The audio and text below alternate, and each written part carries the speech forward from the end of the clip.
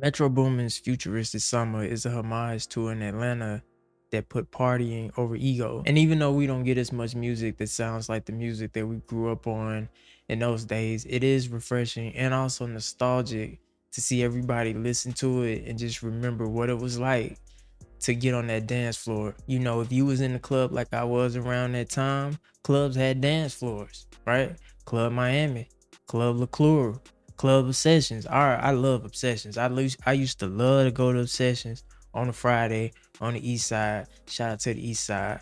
I used to go to Club Crump. It was the same thing. But around this time, you know, Atlanta sound was all about having fun. Everything was a party. And I think, like I said, it just reflected a time in Atlanta when, you know, it wasn't really about who had the most money. You know what I mean? And granted, most of us were in our late teens, early 20s going to these parties, but it wasn't about who had the most money. You know, we just wanted to go and have a good time, and it reflected in the music. All right, so some of my favorite tracks on this project: I Want It All, J Money. The project starts off giving you that nostalgic feeling. You know, J Money on the hood, I want it all, and real tall. You know, you grew up hearing it. So as soon as you hear it, it's just like a light bulb goes off. And it's like, my God, I miss this. Loose Screws featuring Schoolie. Schoolie went crazy. And by the way, I know Schoolie might not be a super big national artist in the worldwide, but in Atlanta, Schoolie is that. Stealing All the Swag by Young Dro. Probably my favorite track off this project. This is the quintessential futuristic song in the world. It had me doing the boom, boom, bow, boom, boom, bow, all that, right? This record is cold. And what's crazy is it's literally just a recreation of what we was doing back then, but you can take that record from back then, put it on the radio right now, and it's gonna go. And if anything, that just lets you know that Atlanta was ahead of their time even back then. Because if some back then working now, it just show you that, you know, we was already on some futuristic, whole nother level, seeing the future type stuff. But yeah, records like It's a Party, Overly Trim, I Go, you had the record Clap with Waka Flocka. I thought that was dope too. All right, so let's talk about the production now. Of course, Metro is handling, you know, the majority of the production on this project, but he was not alone. You know, you got DJ Spins on this project, who it was hosted by, and again, nostalgic because throughout the project, you know, DJ Spins, he had a lot of his tags just kind of popping up over the project, and it's like, wow, reminds me of the mixtapes back in the day, you know.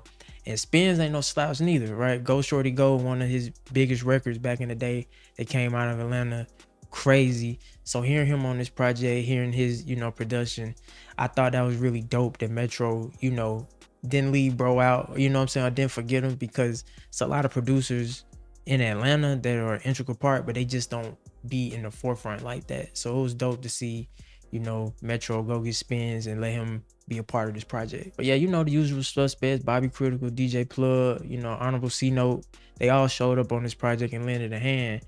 And like I said, it really added to it, because it's no slouch to put out a project with songs that are pretty much a recreation of what we did in the past. You know, it's not like they went back and had all the equipment that they was using back then. They literally went in and just recreated a whole sound that has been, I guess, forgotten by some, but they went in, recreated it, and it sounds amazing. Like it could go today. So yeah, overall an amazing project. You know, I've seen people online giving their opinions on it, people that's not from Atlanta saying, oh man, this is one of Metro Boomin's worst project. I don't get it. These songs sound so outdated. This is blah blah blah. And granted, to some people's ears, it might sound outdated. It might not be your cup of tea.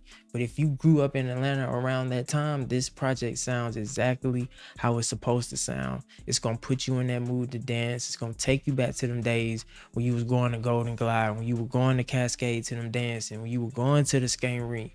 It's going to do that. The only thing that I need right now from them is to put together a party. You can't put out a project like this and not bring it to the people and flesh it out all the way through. So this is what y'all need to do. Rent out State Farm Arena, make tickets $20 a piece, and just run the album from top to bottom.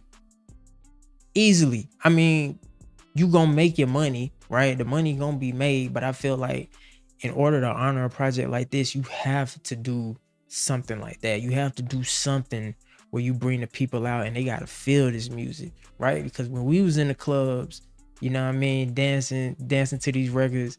We was feeling the music, and it's different being at home hearing it on headphones. But I really do think, man, that they gotta do like a concert or something for this project, because this is for Atlanta.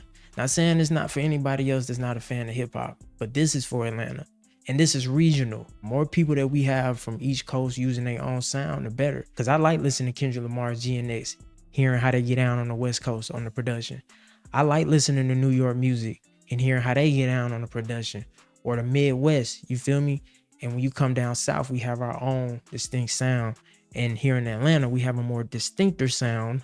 I don't even know that's a word, distinctor. But yeah, we have our own distinct sound, which is that futuristic, you know, hella lingo, you know, getting money hustlers. We ain't worry about fighting, shooting, none of that, man. We just trying to go have a good time. And like I said, I just think it was dope that they was able to recreate that entire time period, bring it to now, and have it fit a more modern sound. If anything, it sound better, you know, because of the equipment they're using. But you know, I love it. And to think that the idea of all of this, the futuristic stuff, all this started back in the day in ran down studios, trap houses. A lot of them songs were recorded in closets. A lot of them beats were made on crack FL Studios. If you know, you know, you feel me? So to hear it now fleshed out, to see where everybody is and actually able to make a life from what they planted years ago, man, it's dope.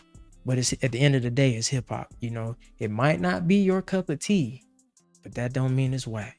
You dig? I love it. Shout out to Atlanta. It's the perfect homage to anybody that grew up in the city around that time. And if you're on the fence about listening to it or giving it a spin, please don't be.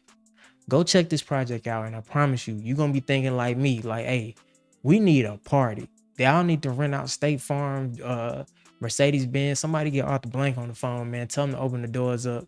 $20 a ticket.